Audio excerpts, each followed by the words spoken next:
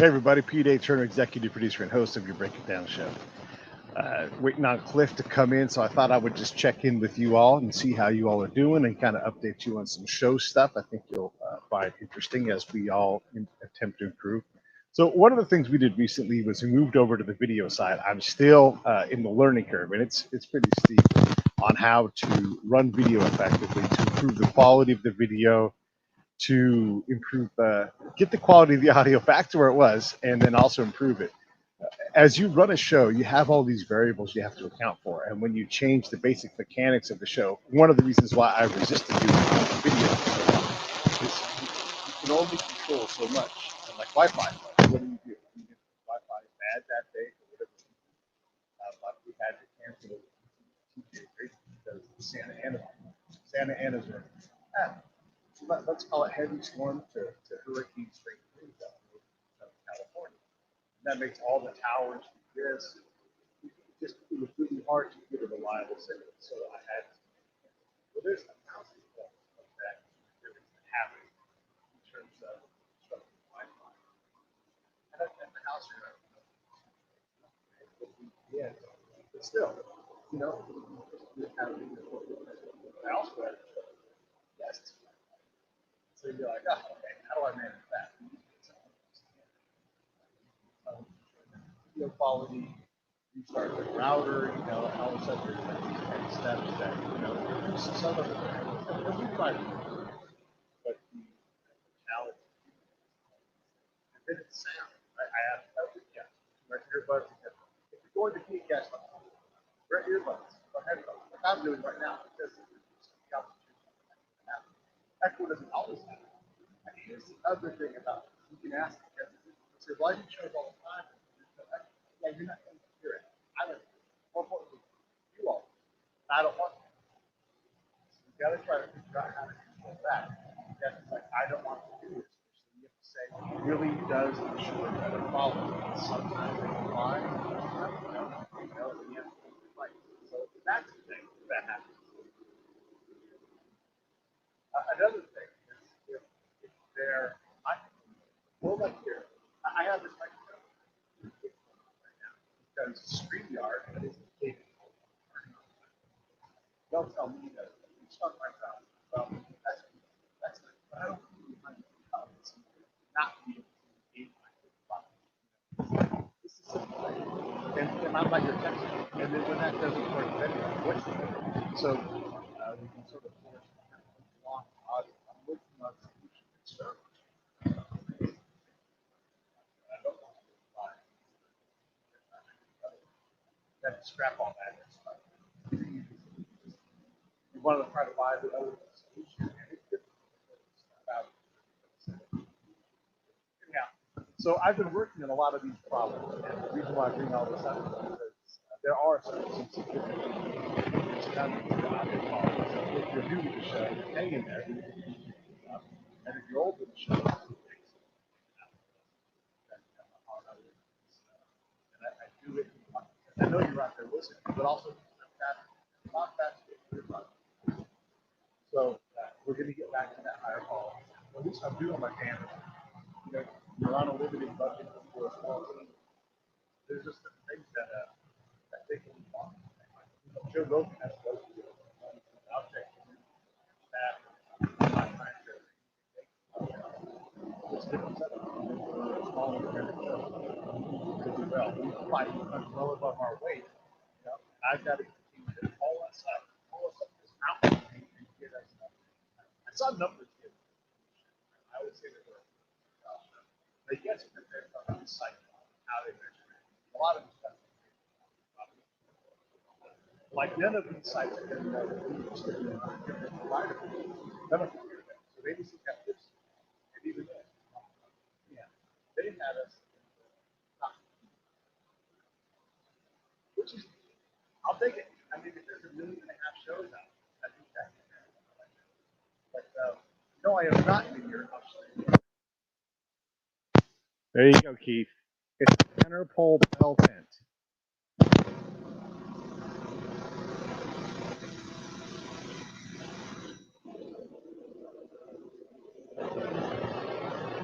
We left.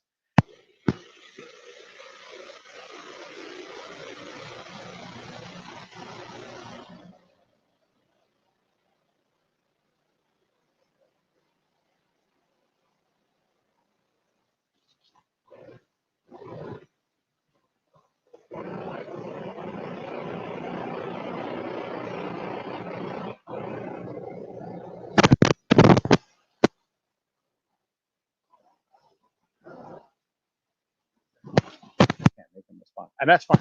We'll,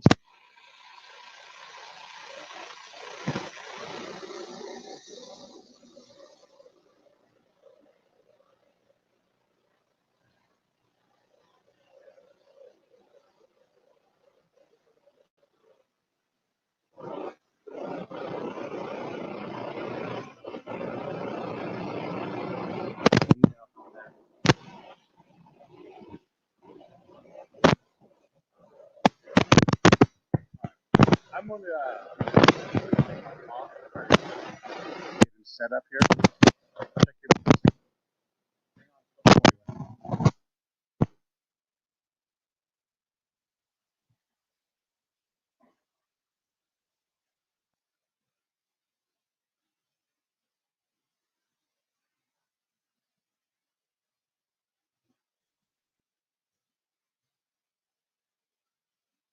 This is me being the assistant producer, aka host, aka executive producer. Cliff, it's Pete. I don't see you in the studio.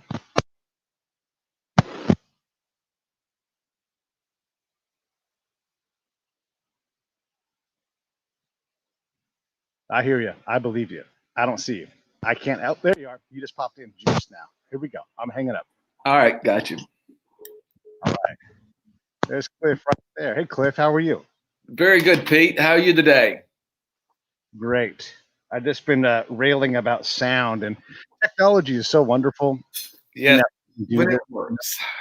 And it is so exasperating because I can't hear an outbound version of my show. I can only hear what I can hear in the tent, and so. Oh, really? I think he says, "Hey, your sound is jacked." I have no idea how it's jacked. Everything's plugged in, all the cables are new, and then you come on and your sound is super booming and loud. It's so and then like this mic here, it never turns on. Like sometimes it does, sometimes it doesn't, and I can't get this program. So I've just been hollering about technology and how I'm always battling trying to keep the standard high. Well, listen, let's start. Why don't you say these words for me? Hey, this is Cliff Oxford, and you're watching the Break It Down Show. Hey, this is Cliff Oxford, and you're watching Break It Down Show. That's right. Break It Down Show coming at you with Cliff. Cliff is an entrepreneur. He started a couple of companies. He's sold companies, so he's really good at that. But most importantly, he's written 3 books, and his latest book is out. And Cliff, one of the reasons that I wanted to have you on is because you have this ability to exist in different worlds, and that's something that I did as a spy in Afghanistan and Iraq. I could go out into the villages, the different villages. They're all different little realities, right, and experience them and bring that reality back to the military and State Department reality. And initially they'll reject that reality that you bring. But the reality is it's still their reality. You still have to try to get these things to recognize one another, so you have a chance of understanding, big picture items or working together and that kind of thing. And so your book, Redneck Reverie: The Rationale for the Trump Phenomena, is exactly one of these kind of things that I like to study, because regardless of who you want to win or which way you lean politically, these are important conversations. It doesn't matter who wins president, right, or who runs Congress, if we are dicks to one another, because we don't understand one another. How did I do? Did I get it right? You got it really right, actually, because the book is not a pro-Trump book or anti-Trump book. It is really about understanding what created Trump and understanding the people who voted for him and why. And the book basically answered the question, why did just in this last election did 73 million people vote for him, including 1 million more than the previous election? Although that equaled 47% of the vote, still pretty darn good. So the book looks at understanding the question the media always asks: how can these people vote for him? And it gave a 45-year history why. Yeah, interesting. I would even say he is the best person ever at getting the vote out, because I think a lot of people simply voted against. I don't think many people voted for Joe Biden. They just voted to have Donald Trump lose. And so you've got a lot of people motivated to get to like we always say, we need more votes. And, why isn't our voter engagement higher? Well, here you go. we got it higher. What's the cost? Which actually gives Biden a little bit of an advantage because the bar is so low. Nobody voted for him per se, so his bar is really low. And I think I would rather start off with a really low bar than being thought of as the next Jack Kennedy. With a high bar. I would take the low bar. I would take the low bar of Biden. So let's talk a little bit about the premise of your book, because what you're comparing and contrasting in the very broad is the rural and the urban. Like what do these coastal elites want, and what do these damn evangelicals want? If we're going to use our unfair terms, that's sort of it. And you've lived in both tribes. What is? Can you explain to us each tribe individually as best as you can? Yes. As I say in the book, the thing the Democrats don't understand about rural people is that they basically want a job and to be left alone. They don't want to be involved in the PTA. And I in this book, I say there's enough blame to go around for the 45-year history. And one of them is that these people are extremely apolitical. In a democratic society, that's dangerous, to be extremely apolitical. And so they want a job and they want to be left alone. And they had a social pact with FDR, vote for Democrat and we'll keep you a job, but just vote for a Democrat, even if it's a yellow dog. That's where the yellow dog Democrat came from. And then that was the Democratic pact until we go in this in this book, until the PATCO, they fired the air traffic controllers. Then they did NAFTA, and then the opioids Inc. And basically, these people were sold out. They were sold out for an economic coup. So to answer your question, they want to be left alone, and this goes into why they voted for Trump, is that they were really screwed over. The urban, the elites are not as bad as we may think. That's not necessarily a bad word. Elites want to make a difference. They want money, they want power, but many of them are very good people. They want to make a difference in society. So that's the big difference. One wants to be left alone, and one wants to make a difference. Yeah, I can understand that.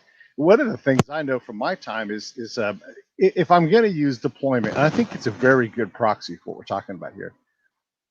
The elites are the Americans that come into a place like Afghanistan and presume to improve the condition of Afghans or Iraqis without ever understanding it or bothering to understand it. I mean, I saw us come in with we're going to tell farmers how to farm, and we've got hundreds of years of history of trying to do this and getting it wrong. We refuse to learn these lessons. And so I go out and I'm talking to these locals, and they're like, I know how to farm.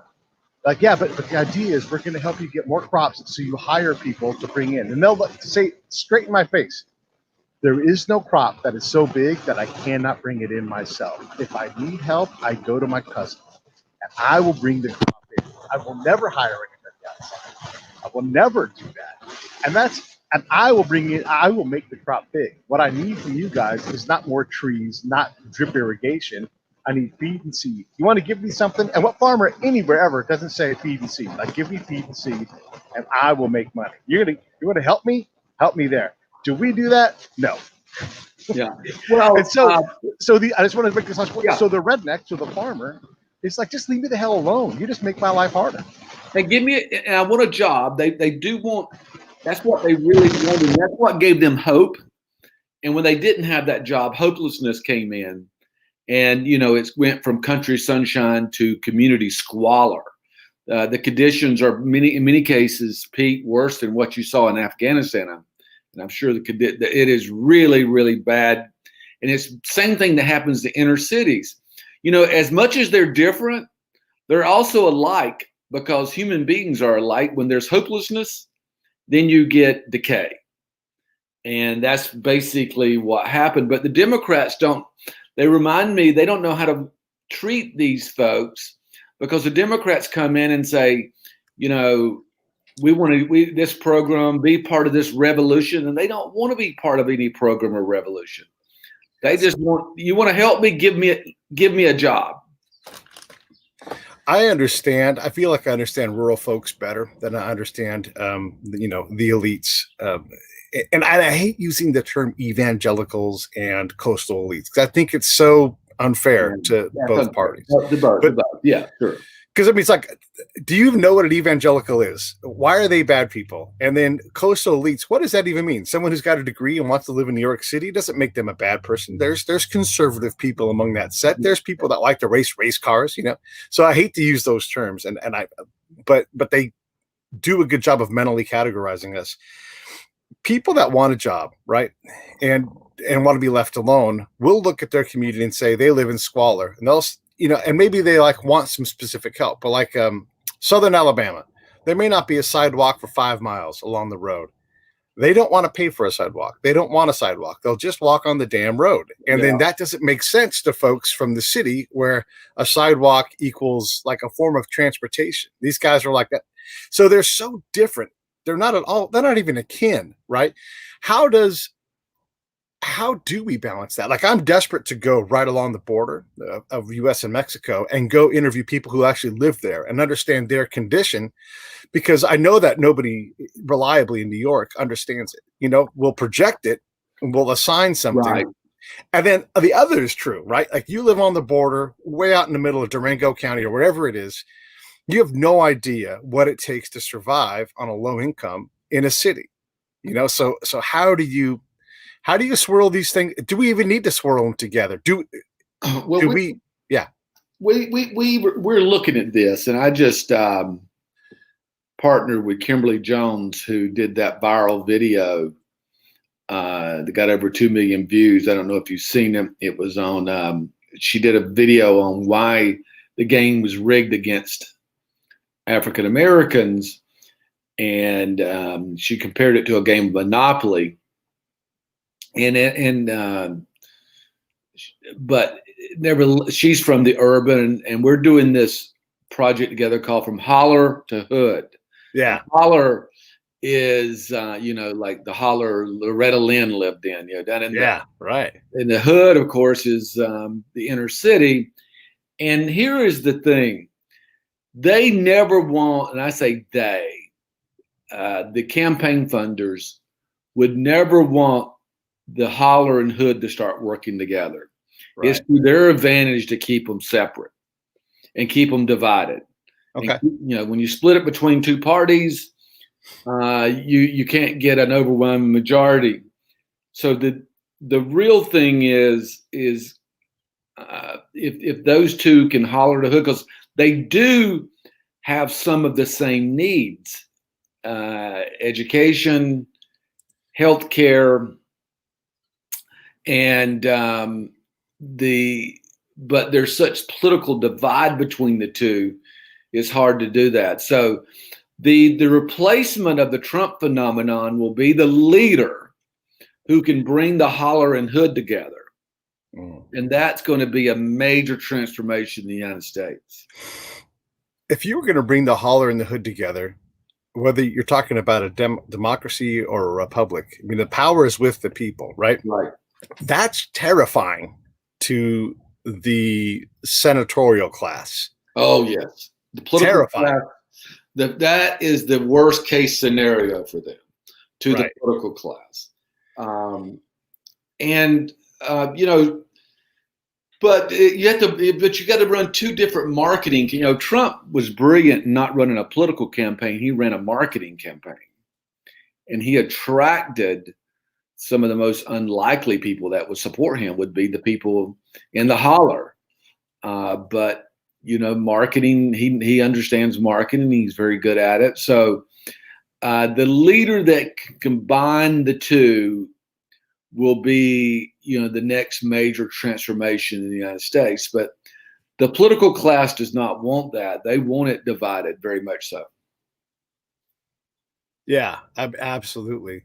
And then Donald Trump's also done something else pretty remarkable. He climbed in in a lot of ethnographic categories, especially amongst people of color. There is something to, I guess you could say, to Trumpism, right? I mean, because look, the person is pretty vile, and I'm actually not for Biden or Trump. I don't think either one of them is the answer. But I'll be damned if he didn't go out and make an effort to, if not placate and to pander. He started changing things, prison reform, funding historically Black colleges and universities. There's a lot of, if you remove him from it, and if we're able to, and that's a very hard thing to do. Yeah. If we look at his accomplishments, there's a lot of good things where we're like, wow, yeah, I think we all agree that that's good. And I think that's ultimately, despite his conduct, he got 73 million votes. You know, they were expecting him to get 40 or 50 million. And, you know, they're kind of shocked. And there are people scared that he got 73 million votes. And he knows. So, yeah, I agree with you. And I think some of that was just, hey, you know what? He did do some things that reached across party lines, that didn't honor the political boundaries. Yeah. And that's really another big problem they had with him. And I agree with you. I'm not here taking up for Donald Trump. I'm just trying to state the facts. Right. He broke some political boundaries, and that's why I called it a phenomenon. You know, and in the title of the book, the rationale. I didn't say the right reason or all of that. I said the rationale of the Trump phenomenon. Right. But it is a phenomenon. What do we do with someone who's, I mean, look, we want someone, I think as a nation, we want someone who's anti-establishment. I mean, if you run hard, not just on reform, but like on F those guys, what have they done for you? You know, like, I think here's a good example. And again, I have to say these things all the time. We have to caveat so much because Donald Trump is such a problem. But when Ice Cube says, I have a plan for Black America, and I'm not interested in people of color. I'm talking specifically about Black America. Simultaneously, before they ever interact with each other in terms of organization, you know, Donald Trump's like, next administration. This is a plank in his platform. Who knows if he would have accomplished it or not, but he runs on, I'm going to invest specifically in Black businesses, small entrepreneur thing. We're going to give you ways to get up and get off your feet and own your own business. I mean, that's remarkable. And then Ice Cube goes to the two campaigns and says, I want to talk about your plan and I want to have an audience. The Trump campaign says, absolutely, let's go. And they adjust their plan. Good, bad, quality, whatever, right? They have the meeting. The Biden campaign says, we're not in charge yet. If I'm anywhere near the Biden campaign, I'm like, how in the hell do you turn away Ice Cube and say, we'll see what happens later, especially because we know the Democratic Party has this problem where it's like, you talk to me during the election and then you don't talk to me after. I mean, that is absolutely a belief by a lot of people. So when you look at like the urban folks, at some point, they're going to be like, F you. I'm at least, this guy's saying he's going to do it and he's meeting with us. He's saying he's going to fund these things. I'm going to do that. I'm not just going to vote party line because I've been waiting and waiting and waiting. It's exasperating, you know, because I want to see people do well too. And if we're going to run on something, I don't care who the person is. I don't care how nice they are, but if people need help, let's get them the help that they need to get up on their feet and have their own business. Yeah. You know, for instance, Kimberly Jones and other Black leaders, young leaders that I talked with, they were publicly for Biden and they probably voted for Biden. Okay. But they would say on the side, I have no problem if Trump's elected, because with Trump, I can go sit down with him and he will make a decision. Yeah. I can depend on him to make a good decision or a bad decision. Whereas, you know, you get into the Democrats and it's going to be you're going back into political boundaries. Yeah. And so I think there's a lot to be said for it. I think Trump played around with some dog whistles a little too much, though. And I think, you know, look at what he did on in Charlottesville was not appropriate. So he was close to being something really, really good, and the political system needed. But at the end of the day, Pete, I still think he was more concerned about what Rosie O'Donnell thought than what the French Prime Minister thought. And I totally agree with you there. And that we cannot explain. Yeah. That one we cannot explain. And I wish he would shut up. Like, you made your point. Now shut up, or make a different point. He's so talk point focused. The first debate probably cost him the election, because you got to look at this. Even in a pandemic that killed tragically over, what is it now, 250,000 people. Yeah. He got 73 million votes. Without the pandemic, the estimates are he would have won in a landslide. Yeah. Yeah. 90 he was going to crush. So I think Trump has scared them. I think he showed them a lot about politics that they were wrong on. And that is, you can criticize the media. Yeah. You can say what you want. And he changed the rules of politics. There's just no doubt about that. And I think without the pandemic, you're looking at 90 million votes. Yeah, I totally agree. I mean, how many incumbent presidents with a strong economy, and he's right. We were going in a very good direction. Would we have kept it? I don't know. Was it the best economy ever? I don't think so. We're borrowing too much money still, but yeah, you're right. We were going in a way that made a lot of sense. And, one of the things I admire about who he was and the people that were willing to work with him is it took a lot of courage, because, Kim Kardashian talked about it in her interview with Dave Letterman. People like, don't you dare go into that office to go work with him. Like, no, I have to. There's people in prison that shouldn't be there. We need prison reform now, not with the right candidate. And so the people that were compelled to go and stand in front of him, I'll be damned if they didn't, on whole, make a difference. I mean, like, he moved the needle on Native American issues, the loopholes federally and tribally to deal with human trafficking. And again, I have to say this out loud. I'm not for President Trump, but we have to look at these things. And then, will these lessons hold? I mean, his foreign policy is definitely better than the last two presidents, and probably the last three presidents, in terms of creating peace. I mean, they all run on peace in the Mideast, but he's the one guy the Saudis and the Israelis are meeting right now in real time. And the media totally put that under the rug. They just were not going to give him credit. It's embarrassing. Yeah. But here is what Trump did on foreign policy that was where we really benefited, is that you take North Korea, the State Department there would say the president can't talk to that president of North Korea. Right. Well, a lot of that was all lobbied by the Pentagon complex because they wanted to keep the military there. And there's big bucks in keeping, 30,000 troops there. Oh, yeah. So the way the lobby blocked it was come up with this rule. The president can't talk with the other president. Yeah. I mean, that's so silly. And Trump came in and said, you're crazy. I will talk to him if I want to. Yeah. And now, as I say that, we had to balance it out, because as smart as that was, Trump was just as unsmart on the on the climate accords. I don't know why his daughter could never get him on board with climate change. Yeah. He did some stupid things with that, but he did some good. He did some in foreign policy. He basically told the State Department, get out of my way. Well, and again, F Donald Trump. He's a jerk.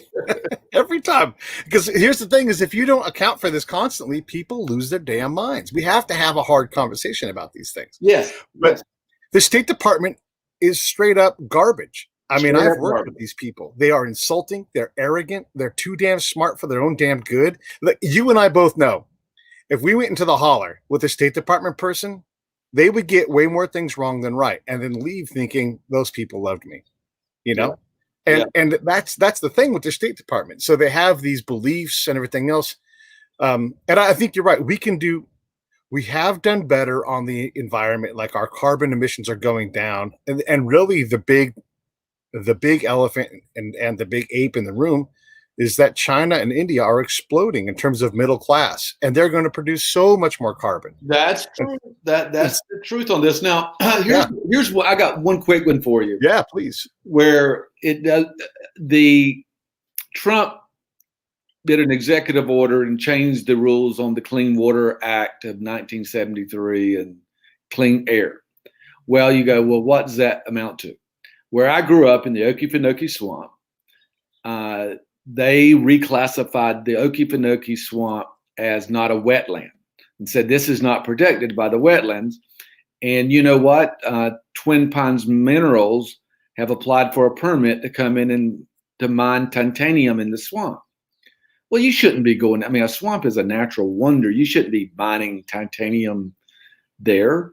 Right. But this is the other side of the coin, where maybe Trump didn't look at he would not be studious enough to understand these environmental policies, and so they would get things past him like that. Yeah. So you know he did some things that were good, and he did some things that were just crazy, and I think the first debate really cost him because that was an embarrassment up on stage. That's not. These suburban women said, this is not going to be my president. A lot to be said for that. I mean, the first debate was hard to listen to, and they managed to both lose that debate. Well, if you looked at it, Biden was actually more vindictive than Trump was. Trump was louder, but Biden called him a clown, called him a liar. But Trump got sent to the corner for it. You know what I mean? It's like two kids get caught. I was always the kid that got sent in the corner when two of us were talking in class. Yeah. And Trump got sent to the corner. Which is completely true. And I thought I would bring this up too, because I think it's important that we look at these aspects of what we're talking about here. The the media, was wholly in it for Joe Biden. No hard questions. Wouldn't look into this very viable problem he's got in Ukraine, China, Russia.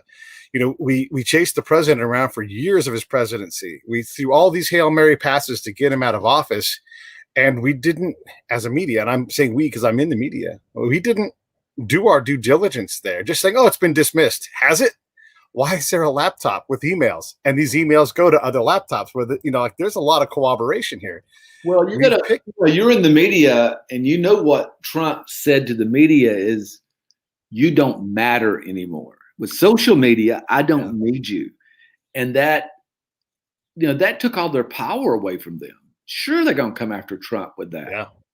Yeah. When he basically said these people don't matter anymore. Newspapers don't matter. Yeah. And again, he was such a contrarian on so many things, like going after the media. You're not supposed to do that. You're supposed to placate them.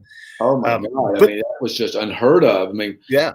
You're probably not old enough, but I am old enough to remember how they beat up Jimmy Carter, and he just took the licking like Southern boys were taught to do. Yeah.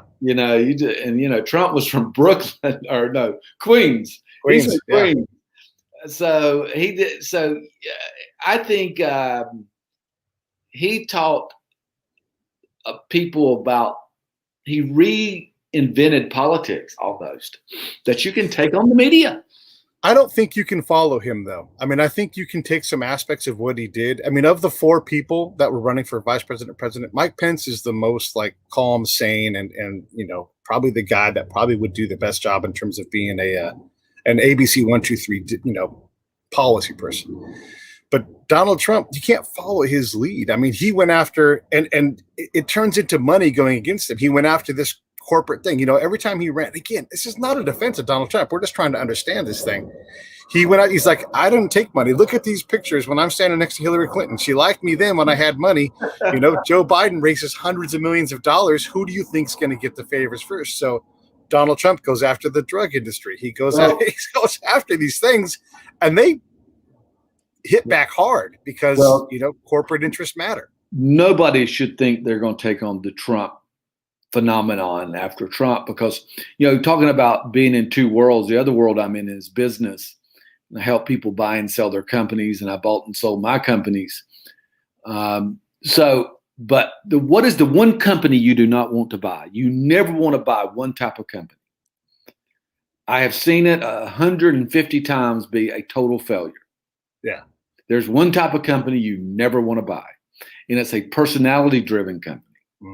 That's driven by a single personality versus systems. So if when you buy a personality-driven company, that will dry up faster than you can ever imagine.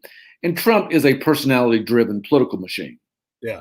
And there's nobody going to get that coalition, unless you might have some ideas on that. But based on personality-driven marketing, I have never seen it in business be successul with another person.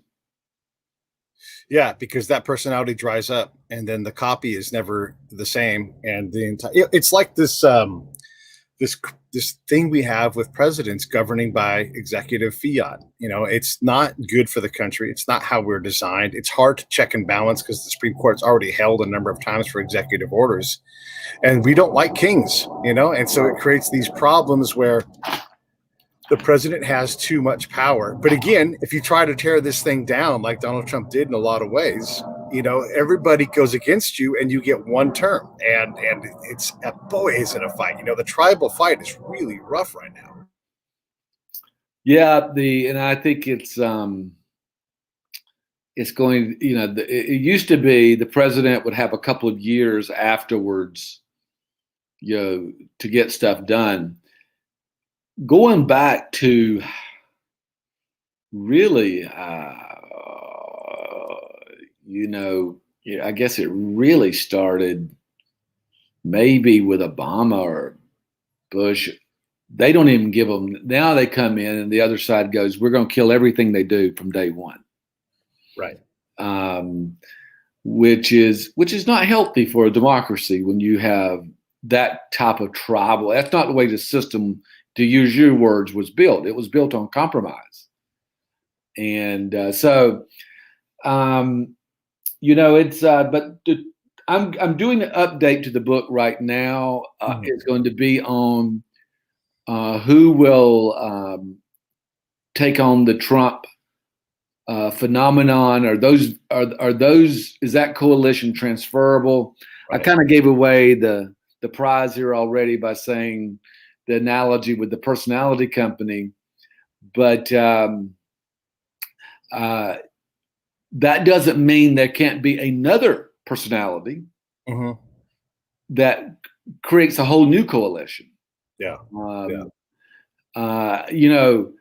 On the Democratic side, the only person over there that I see that understands mass communications is AOC. Is there a name? Yeah, AOC, right? Yeah.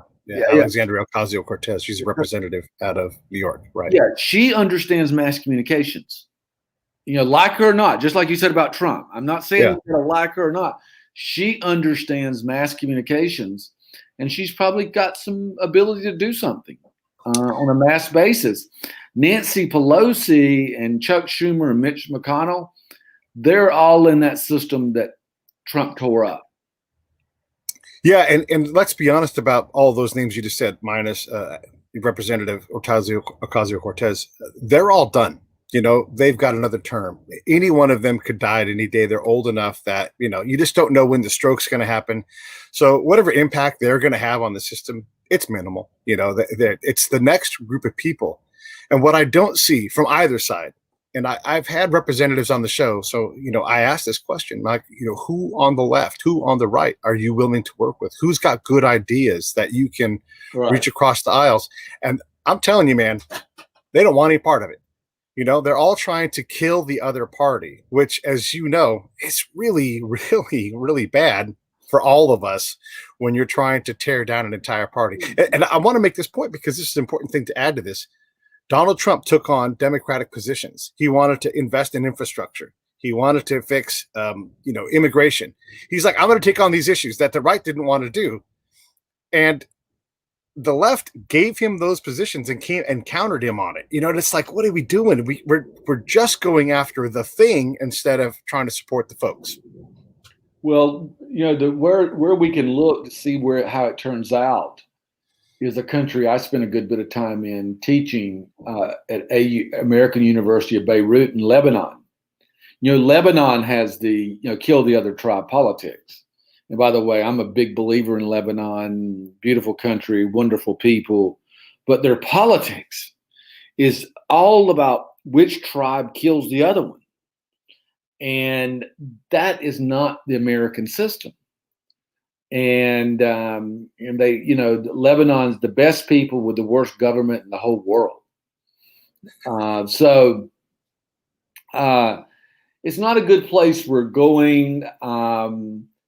There, with social media impacting all of this,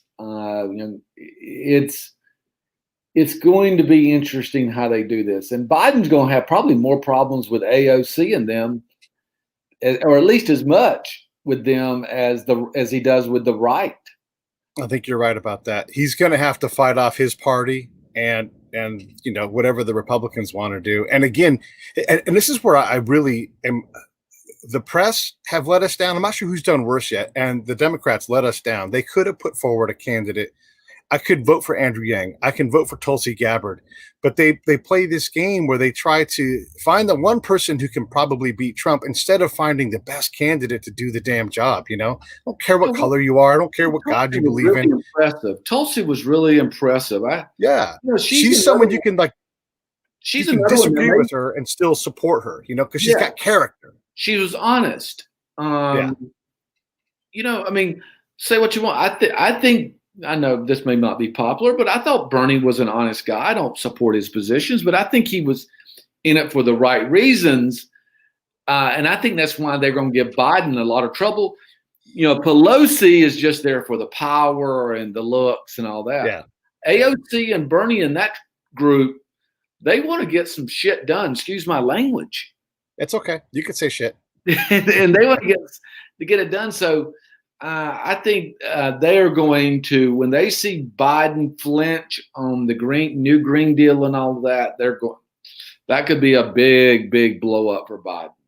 Let me ask you as a businessman, when you hear the left, in particular Joe Biden, say, I'm going to raise corporate taxes. We're going to get money out of these corporations. Because here's the thing, I asked my friend Will Riley, who's been on the show a bunch of times. He's a very notable political scientist. And I'm like, how do we get money from the top to get more evenly distributed on the spectrum? Does the government do it? Do we incent, business action? What do we do to reliably do that? And he's like, you don't. You don't. The people who are good with money have the advantage because they can move it offshore. They can hire a better mind to help them solve this problem. As a business owner, if someone comes and says, I'm going to take 15% of your bottom line if you're doing business in this state and in this country, do you just give up and go, I guess I just make 15%? Could you take a 15% hit? That's a really good question because you got to think about the realities of Washington, D.C. and how it works and the political funding of campaigns. And all of that is done by people who are not paying tax, by the people who can afford not to pay taxes. Yes. And I think that's just pie in the sky, especially, I don't mean to criticize Joe Biden because there's things I like. I do. I think he's a terrible candidate. But he's been he's baked into a system as a proxy. Right. And so, the political class is going to win every one of those battles, no matter what they say.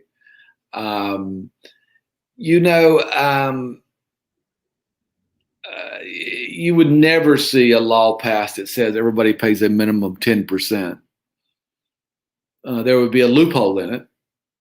Right. There is, because there's too much money at stake. So, that looking down the road, because our system will not allow that right now, that might be a big cause for a big revolution in government that you're ultimately going to see because of social media. I just don't know if it's 20 years or 40 years or 10 years. It's going to happen.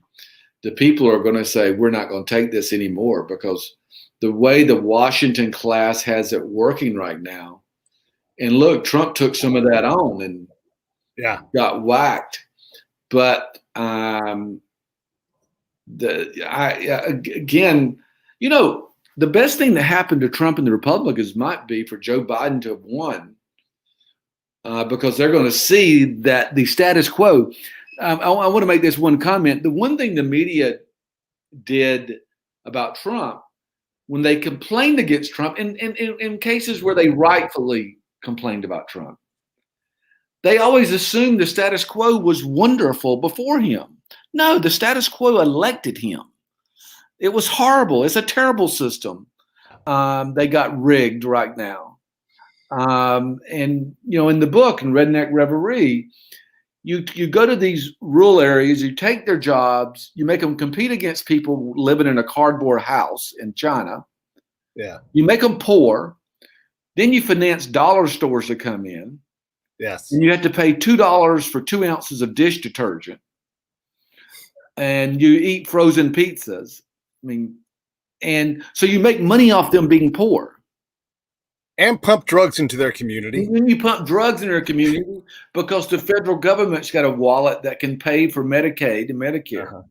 So then you say, how can these people vote for Trump? Yeah. The question is, why did it take you so long? That's what I ask my family, neighbors, and friends is, guys, and one quick point, and this is many of them voted for Obama the first time, and I write in the book. Yeah. And they all told me, and they said, look, we thought a black guy would understand how we're being treated.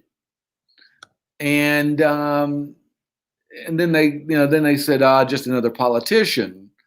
Obama got in office and didn't do that much. So they said, just another politician. So these people they got screwed, and they got screwed maybe 3 to 4 times. Yeah. And their grandkids are on opioids right now. So that's the Trump. The Trump saw that, and Trump came in with a marketing campaign and grew, a loyal customer base. No different than In-N-Out. Did you see In-N-Out Burger opened in Colorado? The first store in Colorado.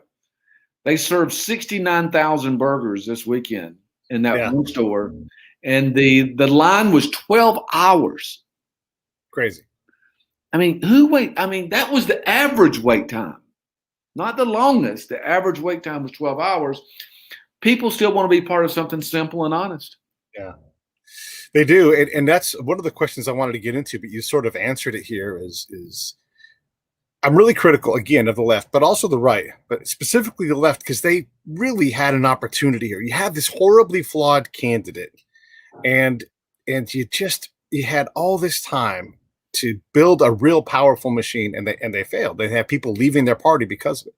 But why would evangelicals, why would they vote for Donald Trump? And I think you just nailed it. We were tired of the drugs. We were tired of the homelessness. We were tired of all these things. And then just the duplicitous, okay, we're going to talk about slavery. And slavery is horrible. And we always have to say that. But we all know this, right? And yet my iPhone is built by Chinese slaves. There's slavery going on with our right. Well, evangelicals are. I grew up Southern Baptist, hardcore Southern Baptist. So you're a horrible person then. Yeah, I grew up. We went to church Sunday morning, Sunday night, Wednesday night, Thursday night, and but evangelicals have no problem being hypocritical at all, because God, their belief system is God has redemption. Right. And no matter what you do, if you ask God to forgive you, he forgives you. And so they're very somewhere between redemption and hypocrisy. They operate very fluidly. Yeah. So Trump was not a problem to them. Then there was always this admiration among evangelicals about the rich guy in town. Yeah. So Trump was quite ideal for them. That's why he got 92% of their vote this last night. Yeah. I mean, he did well with them because it wasn't just about their religious beliefs, and yeah, we all know we're hypocrites. That's sort of, that's in the big book, that we're going to, none of us are perfect. That's right. And I think if you took any person who voted for him, would they wish he was a better person? I think almost 100% of people would say, yeah, I wish he was. But, who's helped me recently? And you're right about the Obama administration. He got held up by the system. They didn't want him to deliver the change he was talking about. And he wasn't able to build the consensus. We haven't had a consensus building president for a long time. I think President Trump was inching his way there if they ever would have gave it. But, before the pandemic, it seemed like, the wealth gap was shrinking. People on the left were like, we're going to have to do something about this. Let's work. I mean, there was some changes coming. Can those changes, if they were real, can they be brought back by either party? Where because Joe Biden says he wants to, coalesce them, but he can't. There's no way. I mean, do you take Joe Biden's attempts at building consensus seriously? I mean, given his reputation and the experience when he was vice president and the failures, I mean, this guy has not been a very good and successful politician in terms of consensus. No, and I mean, to be just frank with you, I think Mitch McConnell has no interest in that either, to be fair. Yeah, 100%. Yeah. I think Mitch McConnell is not going to give Joe Biden. In fact, in the Senate, it's well known Mitch McConnell outfoxed Biden on everything. He sees Biden as kind of an easy prey. Yeah. So I think there's going to be zero amount of between on either side. Yeah. Well, that's the thing, right? Like, we don't have that person that's going to be able to get Chuck Schumer or Harry Reid or Nancy Pelosi, these politicians on that side, or Cocaine Mitch, to get these folks to get in the same room and make a decision. I mean, we're still waiting on an aid packet for COVID, and the disease continues to ruin lives and ruin businesses.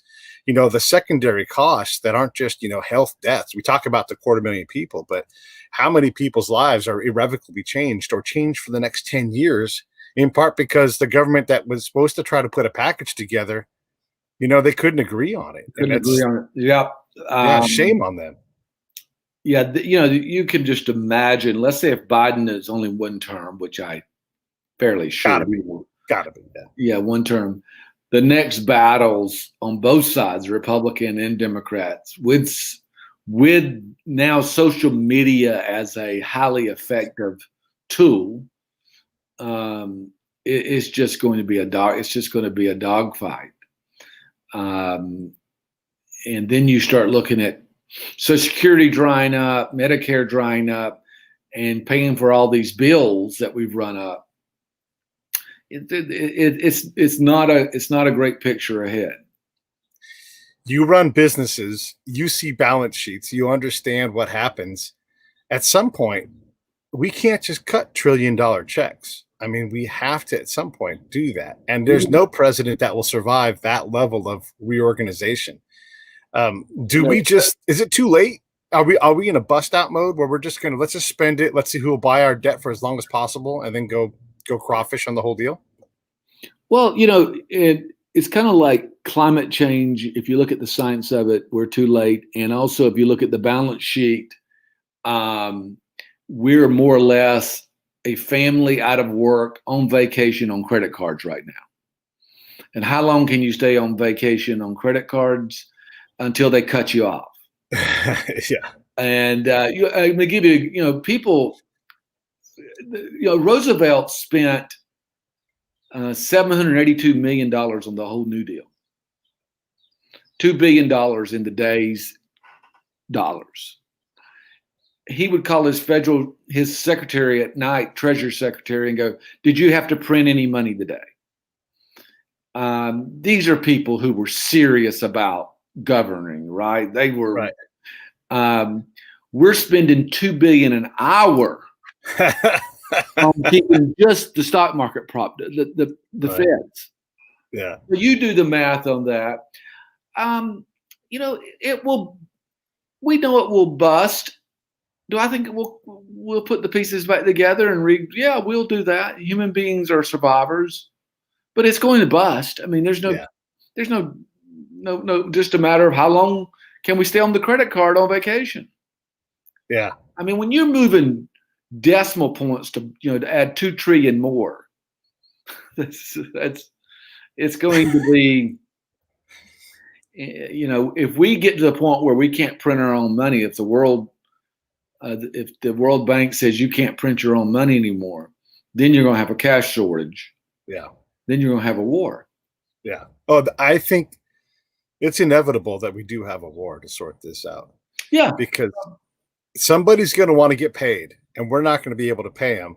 And they're going to say, all right, here you go. And it's not, look, I say war, I don't mean a bunch of people in trenches, because that's not how we fight anymore. Right. They're going to come in and they're going to electronically devastate aspects of our existence, whether it's an EMP or a cyber attack or whatever. They're just going to come in and destroy big whole swaths of things, and just people are going to suffer for it, because that's how we fight these days. The atomic bomb is an E-bomb now. Well, and it's scary and it's tragic. I think the United States, they reported in Florida yesterday 7,000 kids missing from school. Yeah. Just in Florida, 7,000 kids in one school district. Here's the deal. And they found most of those kids in hotel rooms where their parents had to move. Yeah. And they found a lot of them hungry. And they, that I think we've seen I've always said what we saw in the streets was out there for social justice and equal justice. The root problem of that is people hungry. Yeah. And so, I agree with you. There's going to be some type of war to sort all that out. And it's a shame, because I thought American capitalism, our system was a really good system where you had capitalism, you had a safety net, you had a system that said your feet, when it hits the port, better get to work. Yeah. Yeah. And it created this great culture. But I'm reading an interesting book right now was Hoover Right? And Hoover's basic thing with Roosevelt was, if you start this government thing, there's no way to end it. That's right. Yeah. Well, I mean, and you look at how powerful the military-industrial complex is. They lied to the president to keep people deployed. The State Department supports that because they all work together. The Gulf Coast is desperate for high-paying military jobs and can't imagine doing anything else. I mean, all of these things happen. How many congressmen run on, I would like lower paying jobs in my district, less military? I don't know any congressperson that has a military facility. It's yes, cut my facility.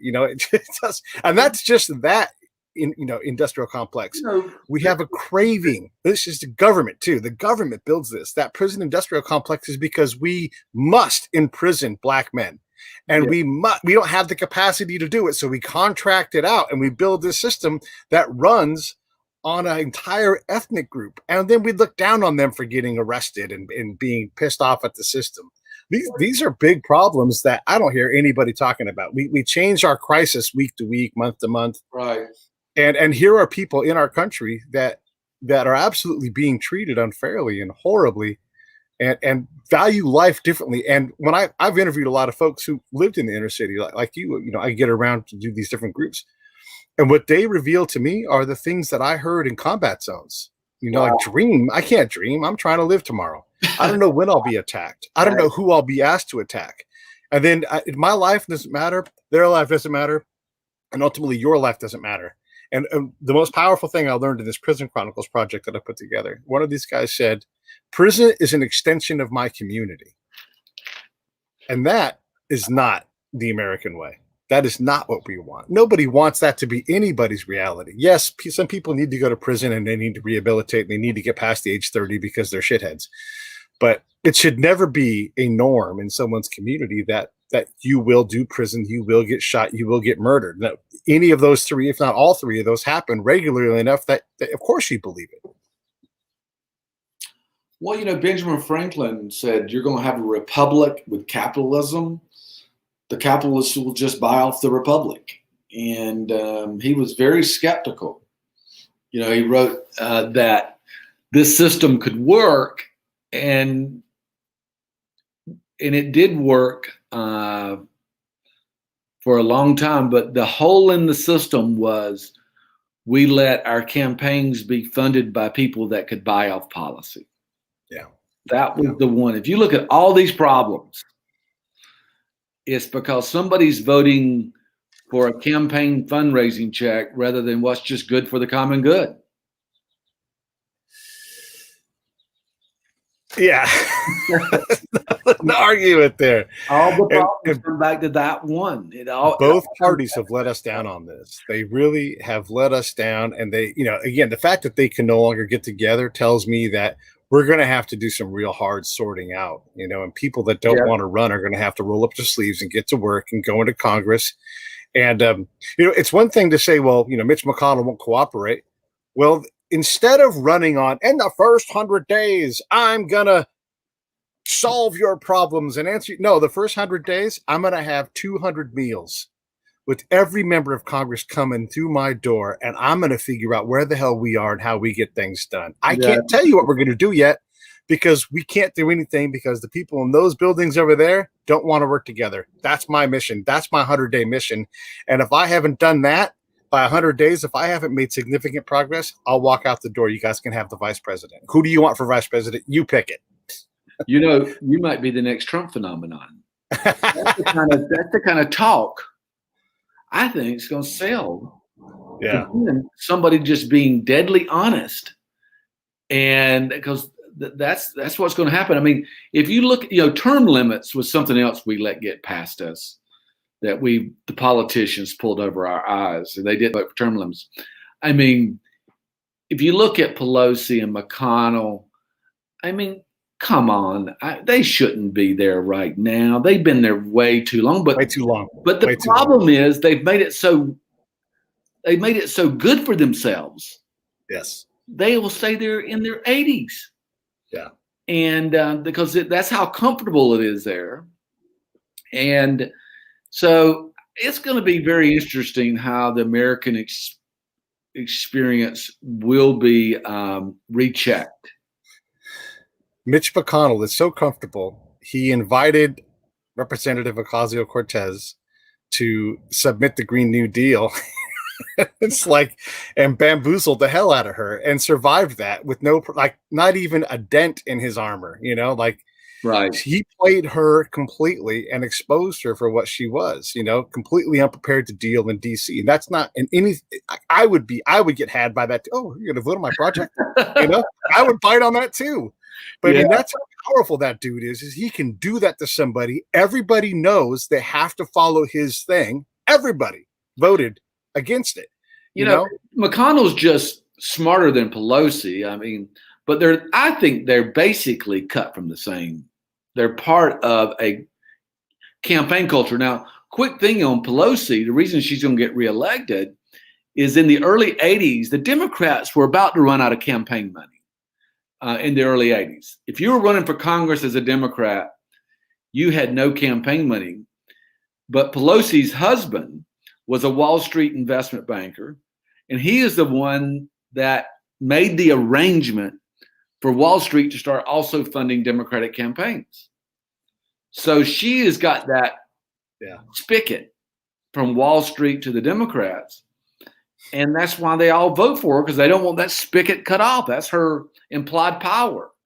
If you cut me off, you may lose the Wall Street campaign spigot. Yeah. So I think, Pelosi and McConnell are part of the Darth Vaders that made politics such a bribery system that is today. And that was the system they were brought up in. Yeah, it's also the system that made money speech, and like, how can Michael Bloomberg go give $100 million into Florida to incent votes? How come I get ads for representatives who aren't even in my district? Like, how am I allowed to cut a check for someone who I don't live within 350 miles of, or 3,000 miles of? But These are the things that these long-term Congress people have created. Like, they have a retirement instantly. None of us do. I mean, it's horrible. They're all just like McConnell and Pelosi, which they said this right here: as long as we keep our job, this nice, wonderful congressional seat, and what we should do with those seats is make it really so unattractive that only the people who go there are people trying to help. Yeah. I mean, that was the part we missed in the system, where we didn't make that job like, oh my God, I got to go. Yes, I'll go to Washington for 4 years and do my time. Almost like the military. You were in the military. Yep. Almost like you're going off to military. Yeah. And you're doing it for country. You know what I mean? You're doing it for duty. They're doing it for grandiose, power hungry. And that's where you've seen that number on the zip codes around the Capitol are like the most highest earning. Just disgusting. It is. It's horrible, and shame on both parties for doing it. By the way, Donald Trump ran on term limits. By the way, that was one of his planks. So people that voted against him voted against. If you are for term limits, you had a chance. And also, term limits is easy. Vote your person out, and then this is where you get our duplicity from all of us. So like, whoa, my person's good. My person's good. That's. You vote your person out. This gets back to Redneck Reverie, was what you and I just discussed, including the zip codes around the Washington, D.C. Don't ask me how these people could vote for Trump. Yeah. Don't ask me that question, Chris Cuomo and Don Lemon and all these guys which I've heard them specifically ask, how can these people vote for Trump? Well, they're benefiting from those zip codes around Washington, D.C. Somebody's paying the price for that down in Blackshear, Georgia right now. Instead of having a $20 an hour job, they got an $8 an hour job. And I bet you when Donald Trump became president and the ad team went out and they increased rates, on ads, I bet you they didn't get mad at Trump then. They got happy at it. They had something to talk about. We love our idols in this country. John F. Kennedy Jr., John F. Kennedy, all of these people that are dead have been dead. And we're still like, be careful what you ask for, because I think without Trump, CNN and some of these networks, they're not creative enough to produce content. No. They're some of the most uncreative people I know. So Trump gave them content 24/7, and content is really, valuable. So, but this has been a great discussion. What do you do this? Once a week? How do you? 5 days a week. 5 days a week. Oh, you do it 5 days a week. Wow. Yeah.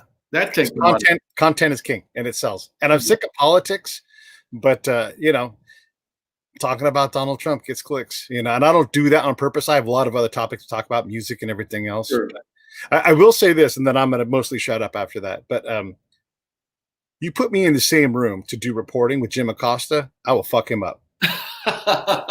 It's too easy, because when he's sitting there with his ego in his hand, I'll be outworking him, and I'll be so connected that I would absolutely outproduce that person with higher quality, because all those folks out there in DC, the Don Lemons, they all make money on their ego and where they talk. And I'd rather just get to work and give real people a chance to talk about real things. Well, it's been wonderful. It's been just a great intellectual but practical discussion I think I've ever had on a podcast. That's the goal. Your email. I put out a blog. I'll send you my blog. In fact, I just put one out a couple of hours ago. If anybody wants the blog, you can. Yeah, and I'll put that in the show notes for everybody. Just send me an email, Cliff, CLIFF, at cliffco.com. That's CLIFFCO.com. So it's cliff@cliffco.com. And Yeah, I'll I'll get send you it off on to you. the blog mailing list. That sounds great. Everybody can get that newsletter there for sure. Get Redneck Reverie, the rationale for the Trump phenomenon, visionary Southerner, written by a visionary Southerner named Cliff Oxford. You can see the link there on the show page. You can also see the link in the show notes. Cliff, fantastic conversation. And like you said, I always shoot for practical. I like to be the practical advocate instead of the devil advocate, and I think we nailed that today. And I can't wait to talk to you again. Let's do when the next book comes out. Let's do it again. I would love to, Pete. Thanks for having me. Okay, stand by for 1 second.